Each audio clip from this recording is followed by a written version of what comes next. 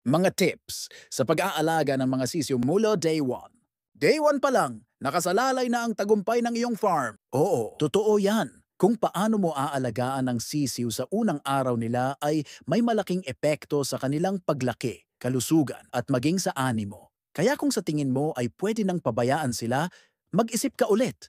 Ang lahat ng bodily organs at systems, immune, digestive, respiratory, skeletal, nervous, reproductive, cardiovascular, integumentary, blood circulatory, at iba pa, ay mabilis na nabubuo mula day 1 hanggang day 12 ng buhay ng sisiw.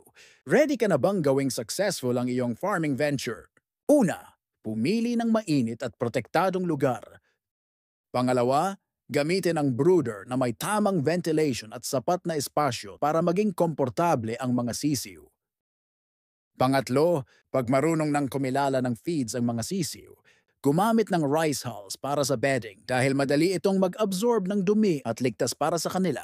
Pang-apat, panatilihing 95°F ang temperatura sa unang linggo at onti-onting ibaba ito ng 5°F kada linggo hanggang maging 5 to 6 weeks na ang mga sisiw.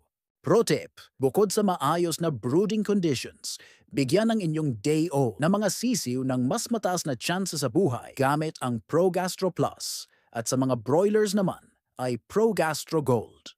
Maraming salamat po!